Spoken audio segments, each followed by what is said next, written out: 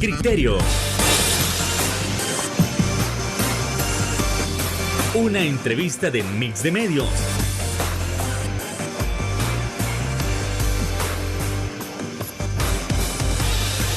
Que aborda frontalmente los problemas de El Salvador con los verdaderos protagonistas y plantea soluciones.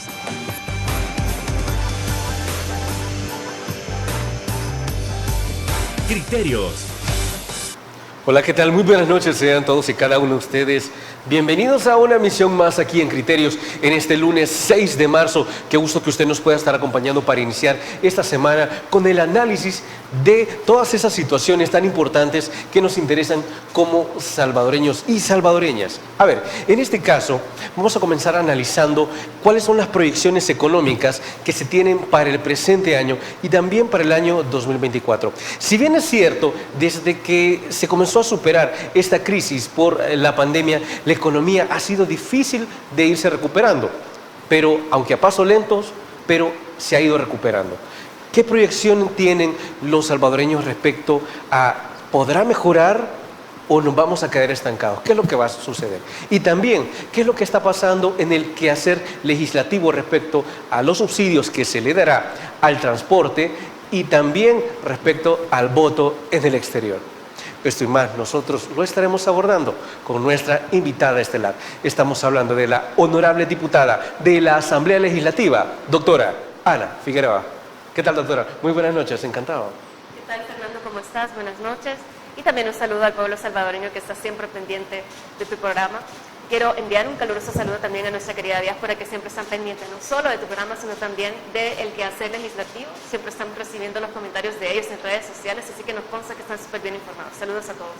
Encantado que usted nos haya aceptado la invitación y desde luego un fraterno saludo a todas esas personas que nos sintonizan desde las diferentes partes del mundo. Entramos en materia entonces. A ver, ¿cuáles son las perspectivas económicas que las y los salvadoreños tienen para el presente año y el próximo? Es decir, el hecho que el régimen de excepción esté siendo un éxito para bajar los índices de delincuencia, está haciendo crecer las proyecciones respecto a inversión, que muchos salvadoreños estén comenzando a abrir sus propios negocios, que estén estableciendo sus propios empleos. ¿Cómo nos vemos a nivel nacional e internacional? Por favor, diputada. Mira, qué buen punto el que tú has tocado, y es eso de los resultados de las políticas tan exitosas en materia de seguridad del presidente Nayib Bukele. Y es que al final todo viene siendo como una cadenita, ¿no? Si bien es cierto, teníamos un enorme problema en cuanto a seguridad, creo que era uno de los grandes problemas que nosotros teníamos, y la población siempre se quejó de eso. Siempre se quejó, pero los gobernantes nunca escucharon a la población salvadoreña. Y eso siempre fue bien triste, porque lo decían encuesta tras encuesta, pero nadie nunca las escuchó. El presidente Nayib Bukele ha sido el primer presidente en la historia que realmente ha escuchado a la población salvadoreña y ha tenido las agallas para darle a la población salvadoreña la seguridad que necesita. ¿Para qué? Para estudiar en paz, para trabajar en paz, para vivir en paz. A raíz de esto, hemos tenido, por ejemplo, este auge en economía. Si bien es cierto, nosotros venimos de una pandemia que ha golpeado al mundo entero, y esto los resultados se han visto, digamos, en todos los países del mundo. Sin embargo, nosotros, bajo el liderazgo del presidente Nayib Bukele, hemos implementado una serie de medidas económicas que han ayudado a la población a, de alguna forma, sobrellevar estos problemas económicos. ¿Por qué? Porque el presidente está bien consciente de eso. Y no solamente eso, sino que el hecho de que la criminalidad haya disminuido también le da la oportunidad a la población salvadoreña de que ellos puedan, por ejemplo, poner sus propios negocios. Y no solo eso, sino que esas ganancias que antes iban a las extorsiones de las pandillas, ahora están yendo hacia más inversión. O sea, están creciendo sus negocios. Y no solamente eso, sino que estamos atrayendo inversión extranjera. Porque mira ahora, por ejemplo, estábamos viendo en el periódico de esta mañana, cuando todos pudimos verlos, estamos viendo, por ejemplo, un incremento del 11% en las llegadas que teníamos en el aeropuerto.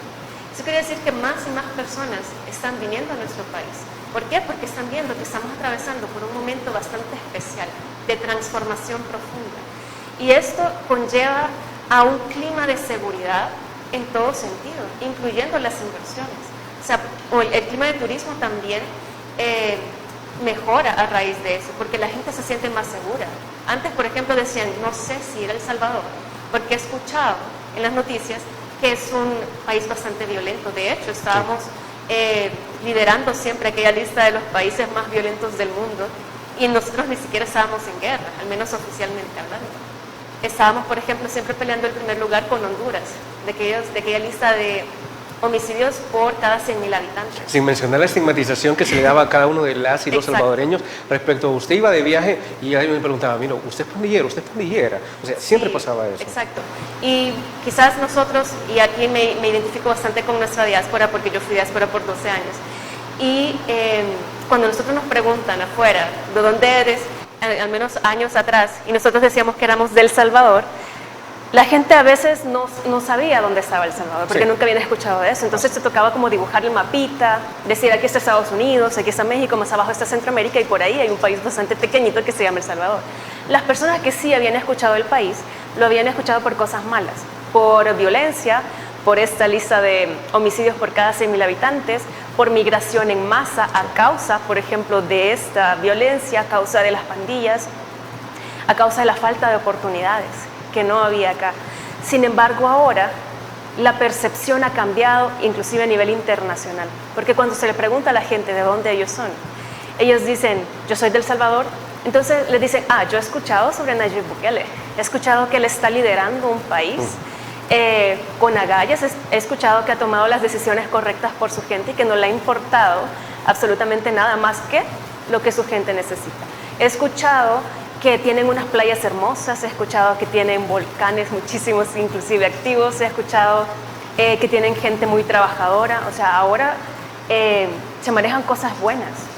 La moral nacional, podemos establecer que, a ver, uno de los elementos internos del poder es como tal la moral nacional. Sí, claro. Primero, antes podría dar hasta pena que alguien dijera, mira, yo soy del Salvador y no pena porque no se sintiera orgulloso, sino pena porque, mira, solo se percibe un clima de absoluta inseguridad.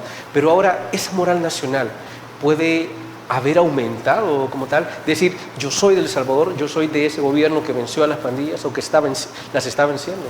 Es que definitivamente es un orgullo ahora el decir que somos del Salvador.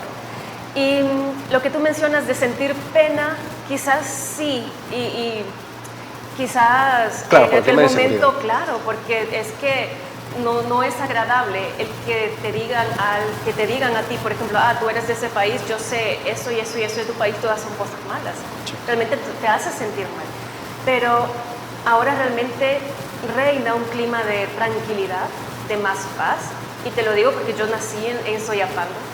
Entonces, el hecho de ser mujer, de nacer, de que una niña nazca, por ejemplo, en un clima de vulnerabilidad, con falta de oportunidades, realmente cambia la perspectiva.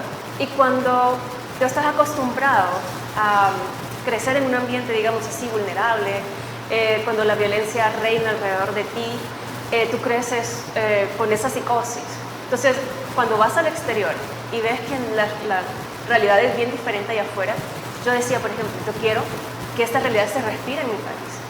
Entonces yo quería regresar y hacer que las cosas cambiaran aquí, de alguna forma, apoyar, ¿no? En alguna mínima porción que yo pudiera contribuir. Sin embargo, era bastante difícil, creo que para todos los salvadoreños, pensar que en algún momento nosotros pudiéramos atacar de raíz este problema tan estructural, tan histórico como son las pandillas. Y ahora finalmente estamos venciendo ese problema y eso ha repercutido y nos ha dado resultados bastante interesantes, por ejemplo, en la economía. Ahora, por ejemplo, las estadísticas nos dicen que el 72% de los salvadoreños están pensando que su economía va a mejorar y esto está reinando, porque obviamente aquí nosotros estamos hablando de estadísticas regionales, ¿no? Entonces estamos viendo la perspectiva a nivel internacional comparado con otros países. Incluso creo que por encima de Costa Rica. Exactamente, eso te iba a decir, que inclusive por encima de Costa Rica. Ahora somos más seguros que Costa Rica, más seguros que Canadá, por ejemplo, que siempre ellos han sido ejemplo en la región. Ahora nosotros estamos siendo el ejemplo en la región, por primera vez por cosas buenas. Ahora nuestra economía está mejorando, el presidente Nayib Bukele está actuando de verdad de manera inmediata en los problemas históricos de la población la misma gente siente esa diferencia y nos lo dicen cara a cara. Obviamente nosotros como legisladores hemos sido elegidos para legislar, estamos haciendo nuestro trabajo de lunes a viernes en la Asamblea Legislativa, sin embargo los fines de semana nosotros vamos a los territorios, hablamos con la gente, siempre buscamos, ¿no?, ese contacto directo con la gente, porque al final ese contacto directo es lo que nosotros nos permite tener los insumos necesarios para transformarlos en legislación que a la gente les resuelva sus problemas. Diputada, como tal, ya hablando del trabajo territorial, ¿usted ha observado en los diferentes municipios que hay más y más negocios cada vez a raíz de que las pandillas han sido erradicadas de esos lugares, y en efecto ha podido notar que a pesar de que estamos en una fuerte crisis económica, pero estas familias sienten mayor tranquilidad ya que no tienen que pagar más extorsiones, más la denominada renta? Claro que sí, es parte de lo que ellos nos dicen cuando nosotros nos acercamos hacia ellos. Y quizás los partidos tradicionales, aquellos que ahora son una mínima oposición, ellos carecen de esta cercanía con la gente. Y por eso es que siempre están votando en contra. Votan en contra del Plan Control Territorial, votan en contra del régimen de excepción, votan en contra de las mismas políticas que van a beneficiar la economía de la población. Pero nosotros que sí tenemos este contacto directo con la gente, vamos a los territorios y ellos nos dicen gracias por lo que ustedes están haciendo, porque ahora yo tengo mi tiendita y no tengo por qué darle parte de mi dinero, de mis ganancias a las pandillas. Ahora yo puedo estar tranquilo con mi negocio, mis hijos pueden salir a jugar tranquilos a la calle sin miedo a que los vayan a secuestrar, sin miedo a que algo les vaya a pasar o que se los vaya a llevar algún pandillero y los vaya, por ejemplo, a incluir en su grupo terrorista. Los padres ahora están más tranquilos, los pueden enviar a las escuelas sin ningún temor, porque es que los grupos terroristas inclusive llegaron a un punto de llegar a los centros educativos a agarrar a los niños para incluirlos a sus grupos. Para reclutarlos, ¿no? Para reclutarlos correctamente. Entonces, imagínate tú como padre, qué decisión tan difícil mandar a tu hijo a la escuela, porque obviamente tiene que seguir su proceso de educación, pero sabes que él está totalmente vulnerable ante estos grupos terroristas. Entonces ahora finalmente nosotros nos estamos deshaciendo de este problema, nos estamos enfrentando con las agallas que siempre debieron haber sido enfrentados. El presidente Nayib Bukele ha sido el único que ha sido capaz de hacer eso. Ok, y en cuanto al plano legislativo, ¿cómo ha sucedido la situación de los subsidios al transporte y también sobre qué se ha hecho respecto al voto en el exterior? Eso tras la pausa comercial. Volvemos.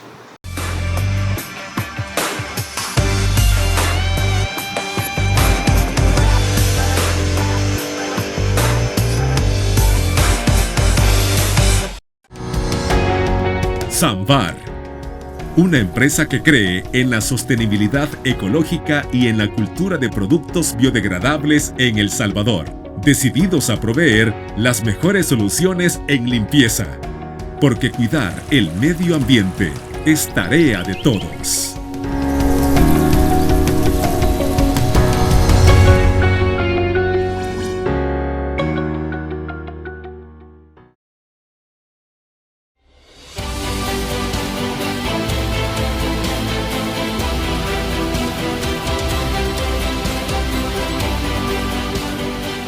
Nuestro compromiso, nuestra pasión, son algunas de las cosas que nos caracterizan como salvadoreños. Farmacia La Buena, la farmacia de todos.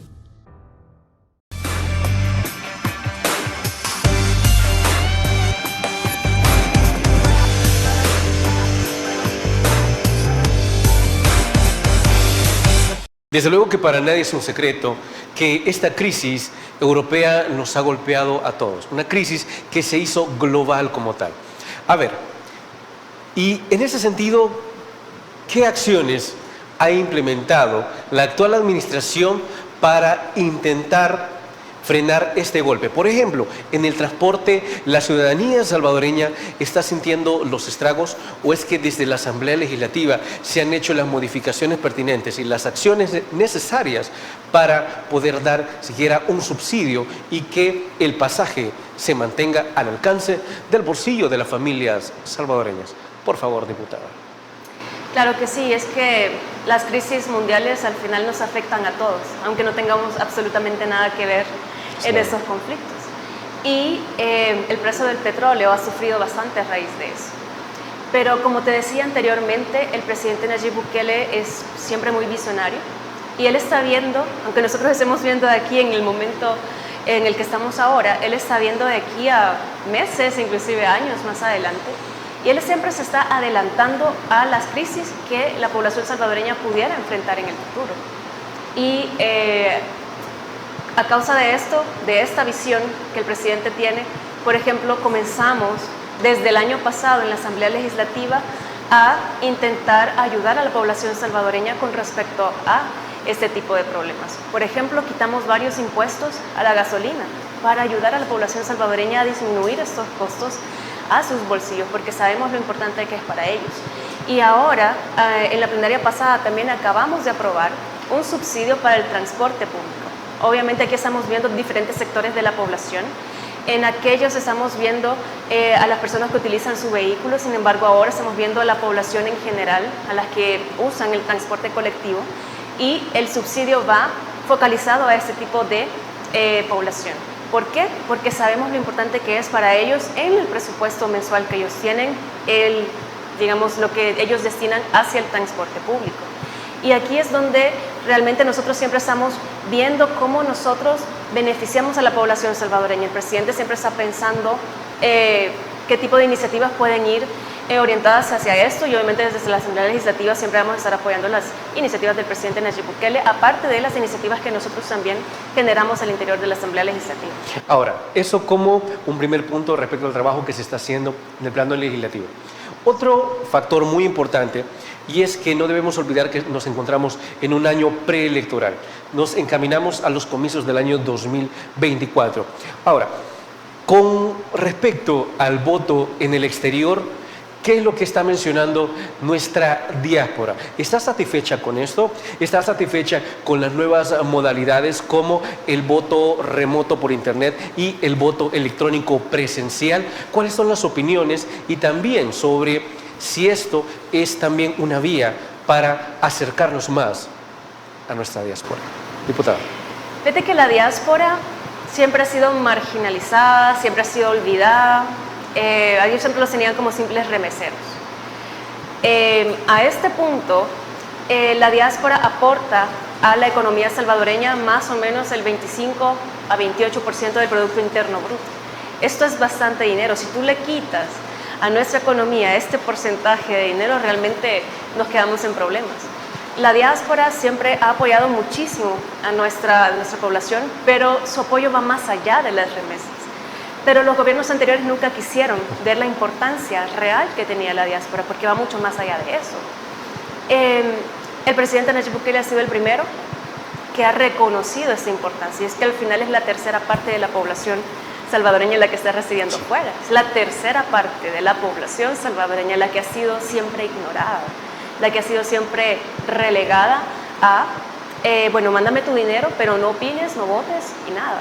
Ahora, nosotros desde la Asamblea Legislativa hemos emitido una ley especial para el sufragio en el extranjero que le da a la diáspora salvadoreña la oportunidad real de emitir su sufragio, de apoyar, por ejemplo, a la población, a El Salvador, a su país, con voz y voto, literal, con voz y voto. Entonces, van a poder votar por presidente de la República y por diputados de la Asamblea Legislativa. Y lo van a poder hacer en dos modalidades, por medio de un voto electrónico remoto y electrónico presencial. Esto es porque nosotros desde la Comisión de Reformas Electorales, nosotros tuvimos a bien consultar a la misma población foco de esta legislación, porque nosotros no somos como las legislaturas anteriores, que simplemente se encerraban en cuatro paredes, decían, bueno, vamos a armar una ley que será bonita en papel, pero a la hora de la práctica, de la aplicación. Exacto, a la hora de ya aplicarlo a la realidad no funcionaba, porque no estaba consultada con la población foco, ¿no? Entonces, ahora nosotros realmente hicimos las consultas necesarias, no solamente a las instituciones que van a ejecutar esa legislación, sino a la población. Entonces, hicimos este proceso de consulta de diferentes formas dentro de la comisión a la diáspora de todo el mundo, preguntándoles cómo ellos querían votar. Y ellos nos decían, nosotros tenemos una vida súper ocupada, acá tenemos 2, 3 trabajos, entonces se nos hace bastante difícil alejarnos de nuestros trabajos para ir hasta un consulado, emitir nuestro voto, regresar a casa. Entonces ellos querían un tipo de votación que fuera bastante fácil, que fuera ágil y que realmente respondiera a las necesidades que ellos tienen, que no son las mismas necesidades que nosotros los que recibimos aquí dentro de nuestro territorio. Entonces, al final de todo este proceso de consultas, resolvimos que eso era lo que quería la población salvadoreña, un voto electrónico. Más o menos el 80% de la población residente en el exterior quería algo digital, algo remoto por internet. Entonces dijimos, bueno, entonces tú vas a poder votar usando tu teléfono celular, va a ser súper fácil, o usando una tablet, por ejemplo, o una computadora. Y todavía hay un 20% más o menos que dicen, yo todavía quiero sentir esa fiesta del día electoral, quiero acercarme a hacer un consulado y vestirme y pintarme el dedo y tomarme la foto y decir ya voté. Entonces, para dejar, digamos, nosotros al final lo que buscamos es abarcar toda la cantidad posible de votantes, darles esta oportunidad real a todos, voten o no voten, o voten por quien quieran votar. Realmente eso no es para un partido político, esto es para la población salvadoreña en general, esto es para la democracia y eso es lo que buscamos. Entonces, realmente ahora la diáspora está bastante contenta, ellos han respondido súper bien. Obviamente ahora ellos tienen que hacer su parte, tener sus documentos, el DUI, por ejemplo, o el pasaporte que van a poder votar con ambos, van a poder votar con esos 2 documentos, estén vigentes o no. Y eso también es importante decírselo, sin embargo, siempre les recomendamos que lo tengan vigente porque inclusive en varias ciudades de Estados Unidos el mismo DUI les sirve para otros trámites e inclusive para su misma identidad.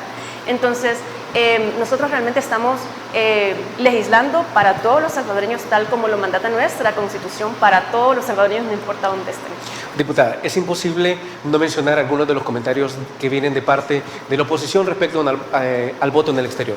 Algunos de ellos comentaban que es mejor que el voto en el exterior se quedara tal cual como antes, que se diera un tiempo prudente y que las y los salvadoreños pues se trasladaran a veces de un estado a otro porque solo se podía en los consulados. Imagínense, y no en todos los estados existía un consulado. Entonces, la oposición menciona es mejor que se quedara de la manera tradicional y también ha estado criticando bastante la situación de la modalidad a través del internet porque mencionan que mire, es que esto da una mayor posibilidad a un fraude. ¿Cómo se le puede responder a la oposición respecto a esto que ha mencionado últimamente? Ok, te voy a responder con datos. Arriba del 95% de la población está de acuerdo con la reelección del presidente Nayib Bukele. 94%. Entonces, con estos datos necesitas realmente un fraude. O sea, ¿en qué cabeza cabe que nosotros vamos a estar pensando en fraude cuando realmente la población salvadoreña se le ha dado lo que necesita y ellos están bastante contentos con eso?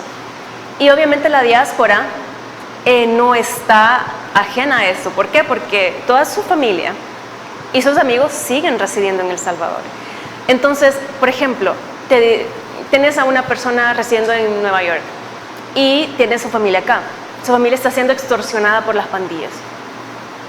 Entonces viene y dice, mira, fíjate que estoy siendo extorsionada, necesito que me mandes una remesa para ayudarme a salir de esto porque realmente se sale de mi presupuesto.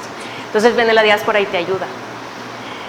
Entonces la diáspora está realmente bastante contenta ahora que estamos saliendo de esos problemas que siempre tuvimos porque al final era la diáspora la que se hacía cargo de los problemas del Salvador, de una u otra forma. Entonces ellos también están bastante contentos con eso. Imagínate, inclusive yo que estaba fuera del país, yo siempre estaba pendiente de mi familia, de mis amigos, cómo están, cómo estaban viviendo su vida, si estaban bien, si y no en su estaban lugar, bien. cuando usted fue parte de la diáspora, doctora, imagino que también habrá querido en su momento haber incidido en la votación, es decir, también quiso a usted que en su momento se le escuchara, también realizar su voto para decir, mire, yo quiero que mi familia viva mejor, por tanto, mi voto va para tal partido o para tal diputado, para tal presidente. Sí, y de hecho nunca fue posible en mi caso. O sea, en esos 12 años que yo estoy viviendo fuera nunca pude ejercer mi voto. Y A raíz de eso yo comencé a organizarme con otras personas de la diáspora de Sudamérica. En ese momento yo ya estaba viviendo en Brasil, de Sudamérica, de Estados Unidos, de Europa, inclusive de Australia. Y ni siquiera yo estaba formando parte de un partido político en ese momento y no tenía interés por formar parte de ningún partido político. Simplemente yo tenía interés en que la diáspora fuera escuchada. Pero no fue así. Nos organizamos, mandamos representantes de todos nuestros países para que vinieran a El Salvador, tocaran las puertas de la Asamblea Legislativa de ese momento y simplemente los ignoraron, les cerraron las puertas en su cara porque no querían que la diáspora participara en esos procesos de toma de decisión de nuestro país. Entonces el voto en el exterior viene siendo una lucha de años, al menos en mi caso y en el caso de varias personas involucradas en este tema, pero nunca se nos prestó la atención debida. Entonces también fue una de las motivaciones mías para regresar y decir, bueno, si desde fuera no nos escuchan, tal vez desde dentro podamos incidir de alguna forma. Y de hecho sí fue bastante importante porque desde dentro tú conoces las necesidades específicas de esa población y puedes incidir de manera adecuada para responder a esas necesidades. No cabe duda que es otra de las deudas históricas saldadas a la ciudadanía. Pausa y volvemos.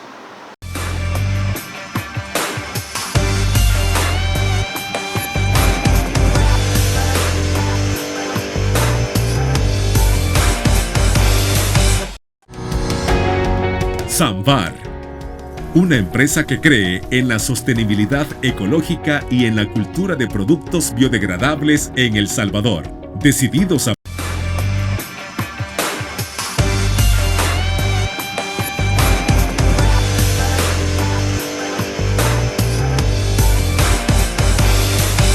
Sin duda alguna, semana a semana, día tras día, se sigue hablando de los resultados del régimen de excepción. Más de 64,000 capturados. Es decir, que esto también lo percibe la ciudadanía como un alivio también. Ahora, no se puede dejar de lado que desde la oposición se sigue mencionando que no se debió de haber invertido en el centro de confinamiento más grande del continente, sino que se debió haber invertido en salud, se debió de haber invertido en educación, o incluso las críticas de otros presidentes, como en este caso del presidente Gustavo Petro de Colombia, que mencionó que la delincuencia se arregla construyendo universidades.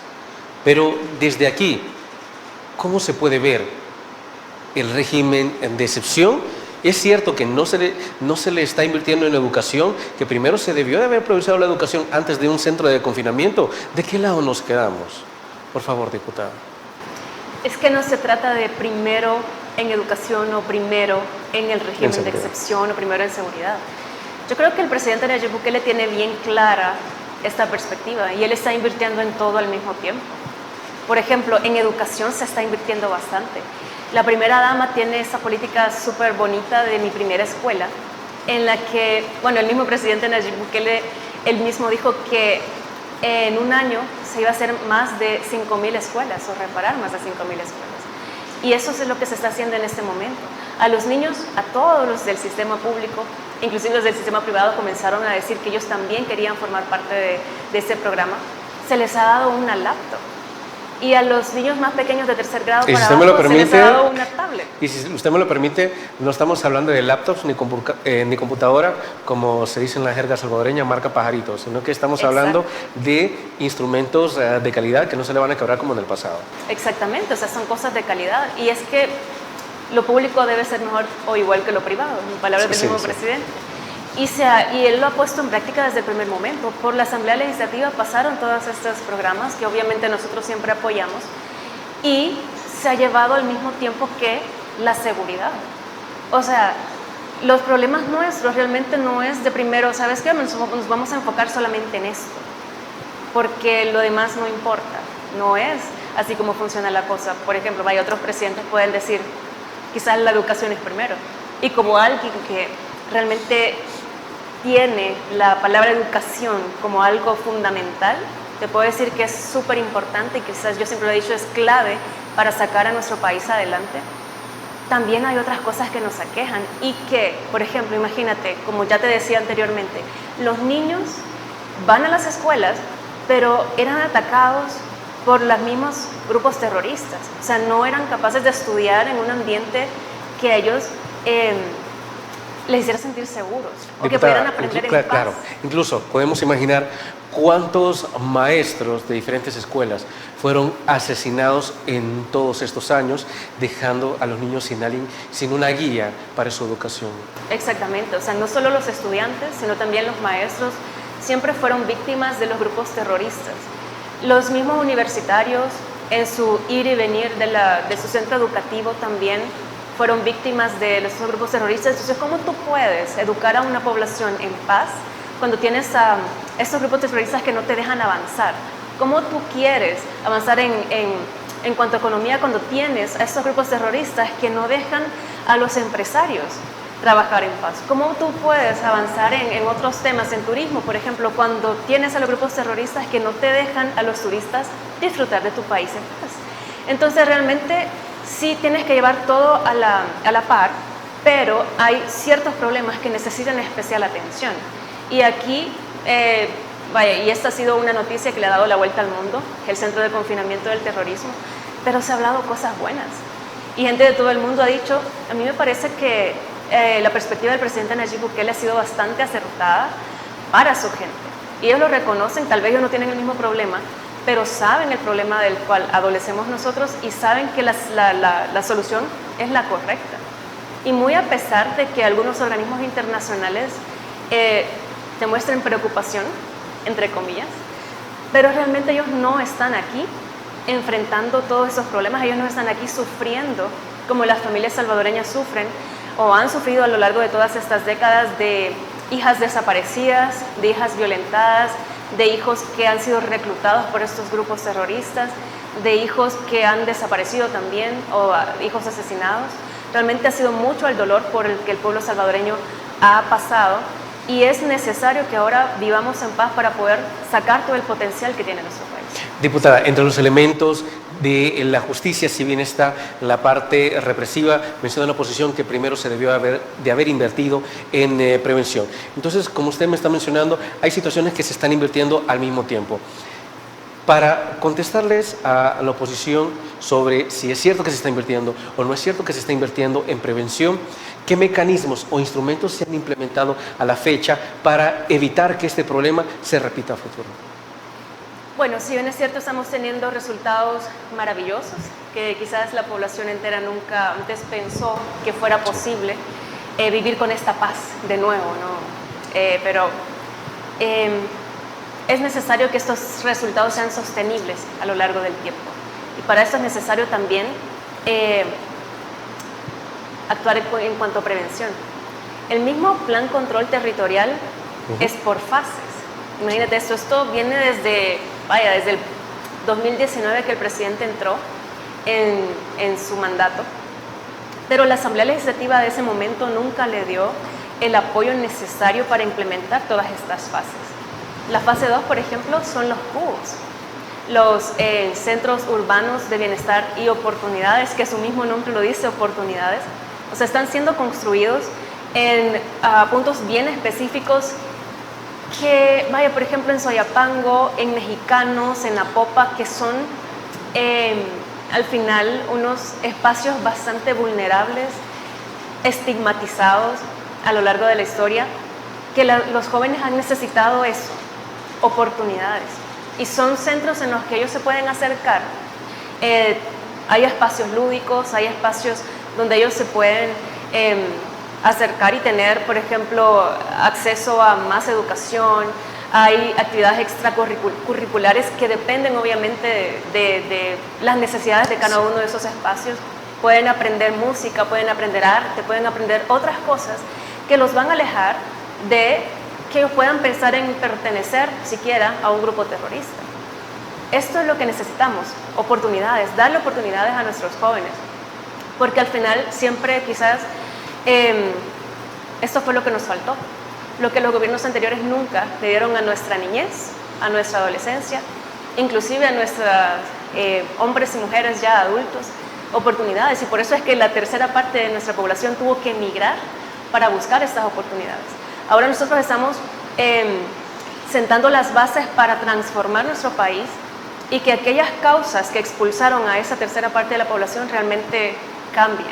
Entonces, darle las oportunidades a nuestros estudiantes para que puedan desempeñarse de una forma adecuada, en un ambiente adecuado, en escuelas con infraestructura necesaria, con una currícula que realmente responda a las necesidades del país y también en el ambiente universitario, que realmente estos jóvenes puedan especializarse en un ambiente de tranquilidad, porque al final necesitamos eso, jóvenes que puedan formarse y que puedan transformar este país, pero que puedan hacerlo en paz, que puedan hacerlo en tranquilidad y que no estén pensando que si voy a un centro de estudios tengo que estar pendiente en la parada de bus de que hay alguien que me quiere hacer daño, para nada. Entonces ese ambiente es el que nosotros estamos intentando mejorar y yo creo que lo estamos logrando, pero obviamente tenemos que hacerlo desde una perspectiva bastante integral, y eso es lo que el presidente Nayib Bukele ha estado haciendo desde el principio. Entonces realmente no sé dónde tiene cabida eso de que no se está invirtiendo en la prevención, porque sí se ha hecho desde el inicio. Y desde luego, respecto a las críticas, por ejemplo, del presidente Gustavo Petro, que mencionaba, mire, pero aquí en Colombia, bueno, él mencionaba específicamente Bogotá, mire, aquí en 30 años se pudo reducir la violencia, pero en El Salvador, ¿cuánto tiempo más la gente estaba dispuesta a esperar? Es decir, 30 años más, viendo cómo algunos de sus familiares ya no regresaban. ¿Acaso un problema urgente no necesitaba medidas urgentes? ¿Se le podía contestar esto, digamos, al presidente Petro? Mira, yo creo que son dos países complicados, con dos... Históricamente. Sí, claro. Pero los problemas son diferentes. La problemática de Colombia ha sido diferente a la nuestra y obviamente las soluciones también son diferentes. Si a ellos les ha funcionado eso a lo largo de 30 años, pues qué bien. Nosotros quizás no estábamos dispuestos a esperar otros 30 años para cambiar esta realidad nuestra. La realidad nuestra necesitaba algo inmediato. Nuestra población, nuestra niñez necesitaba tranquilidad inmediata porque ya teníamos más de 40 años viviendo esa misma realidad.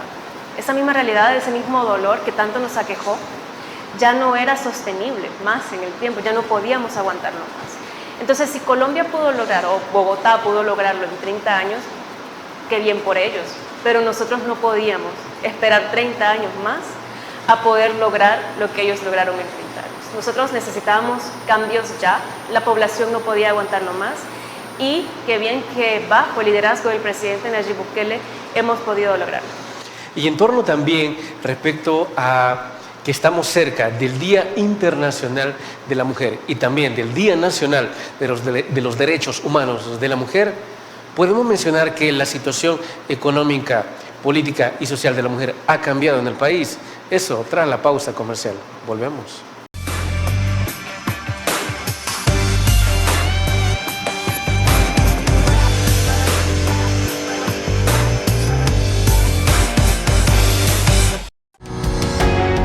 Samvar, una empresa que cree en la sostenibilidad ecológica y en la cultura de productos biodegradables en El Salvador, decididos a proveer las mejores soluciones en limpieza, porque cuidar el medio ambiente es tarea de todos.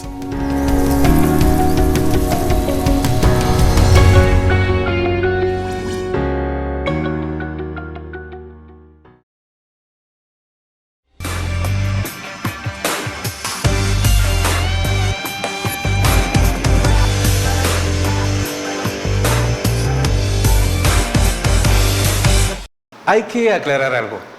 En el mes de marzo, si bien es el mes de la mujer, a la mujer no se le felicita, se le conmemora por el Día Internacional de la Mujer.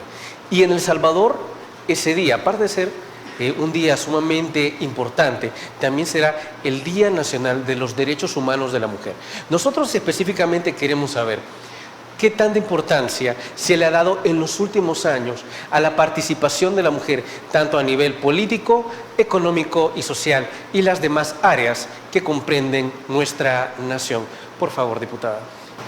Yo creo que el presidente Nayib Bukele ha sido el primer presidente en la historia en presentar un gabinete paritario. desde el inicio lo hizo y eso te da un mensaje bastante fuerte en cuanto a la importancia que tiene la mujer en el gobierno. Desde la Asamblea Legislativa, por ejemplo, hay 20 comisiones permanentes y buen número de esas comisiones están siendo lideradas por mujeres. Y eso también te da un mensaje bastante fuerte del liderazgo que tenemos las mujeres dentro de la Asamblea Legislativa, dentro del presidente, dentro de la administración del gobierno, dentro de la administración del presidente Nayib Bukele. Por ejemplo, estamos hablando de la comisión que tengo el honor de presidir, que es Relaciones Exteriores. Tenemos la comisión de la mujer, obviamente, por Alexia Rivas. Tenemos la comisión de Medio Ambiente y Cambio Climático por Sandrita, que es una científica bastante preparada, de hecho, que admiro mucho y le mando muchos saludos.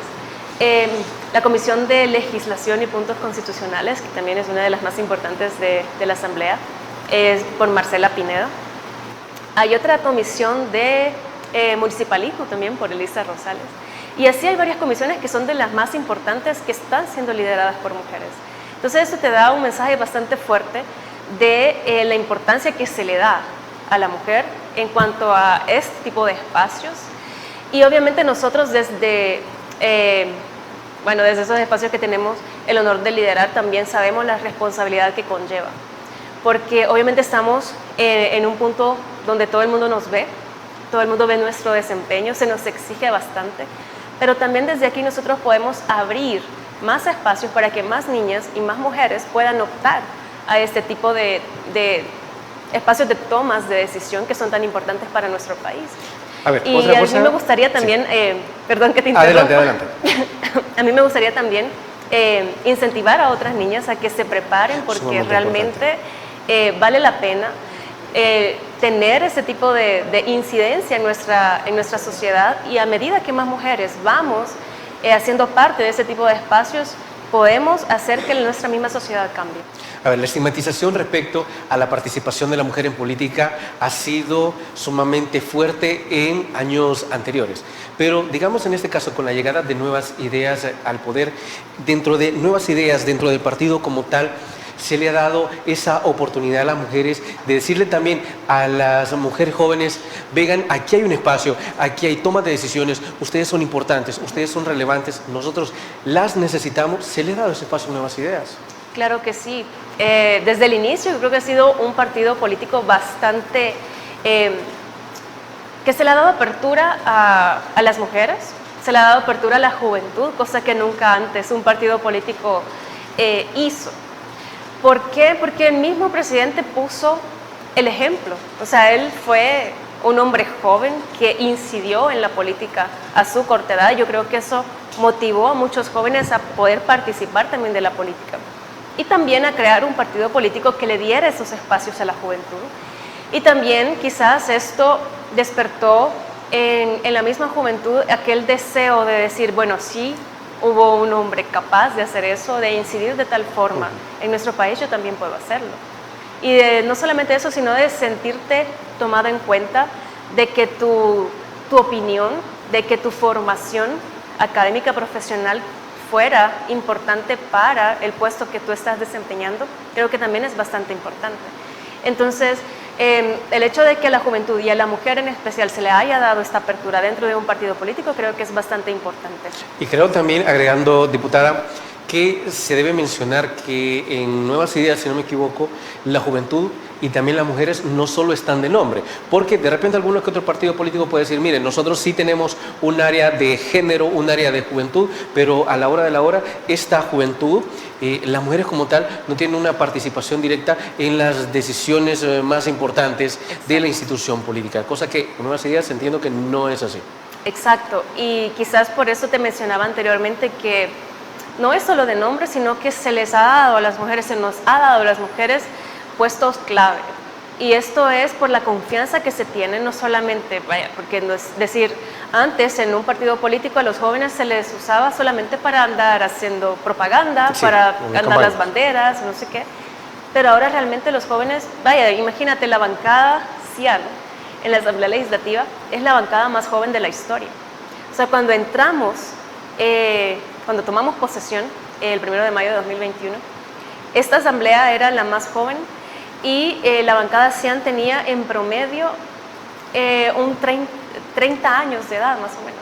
O sea, es bastante joven. Ya en mi caso ya soy de las más adultas, pero la mayoría de mis colegas son bastante jóvenes y están incidiendo de manera positiva en el país y son presidentes de comisiones y son líderes de sus comunidades, y esto te da ese mensaje importante de la juventud realmente importa, las mujeres realmente importamos y podemos hacer cambios bastante importantes en nuestra sociedad. Somos agentes de cambio nosotros, somos líderes.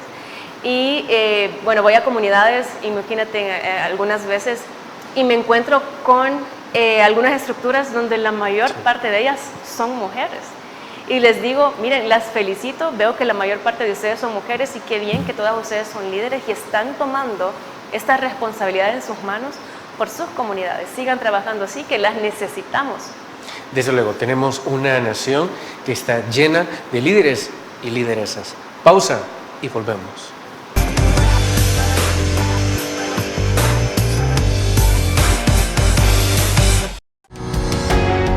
Samvar, una empresa que cree en la sostenibilidad ecológica y en la cultura de productos biodegradables en El Salvador, decididos a proveer las mejores soluciones en limpieza, porque cuidar el medio ambiente es tarea de todos.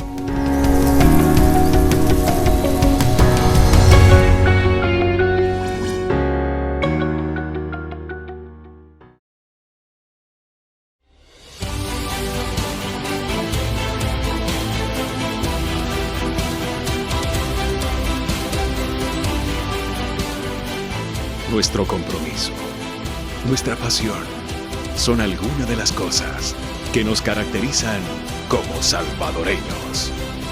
Farmacia La Buena, la farmacia de todos.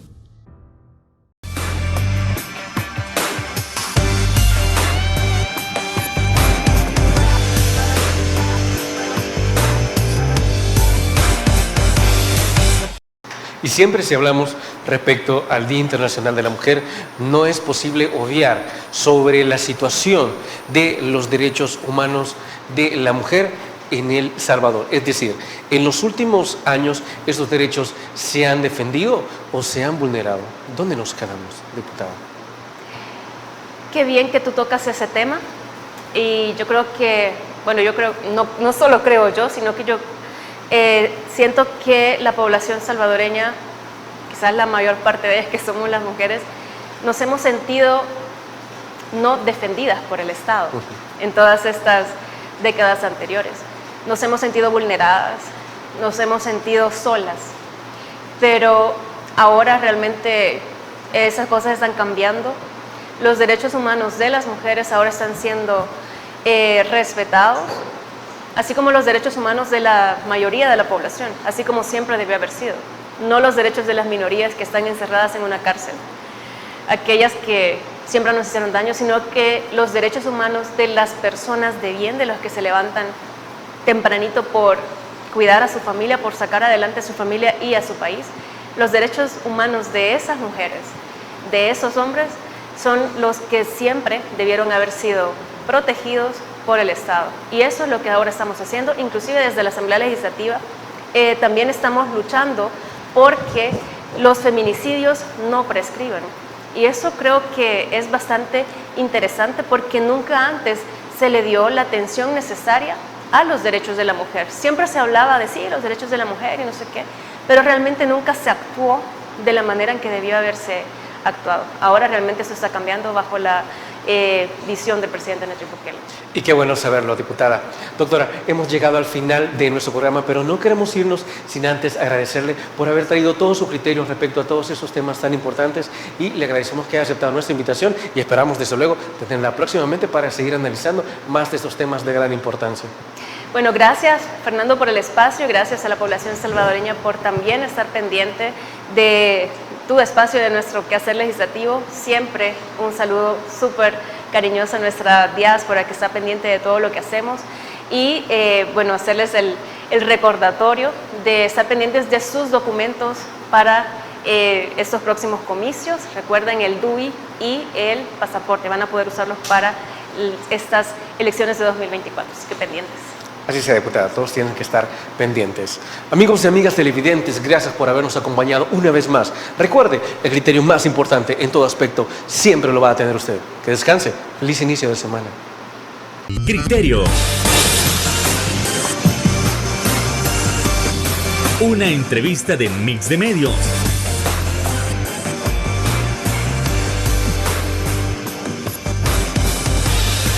Que aborda frontalmente los problemas de El Salvador con los verdaderos protagonistas y plantea soluciones.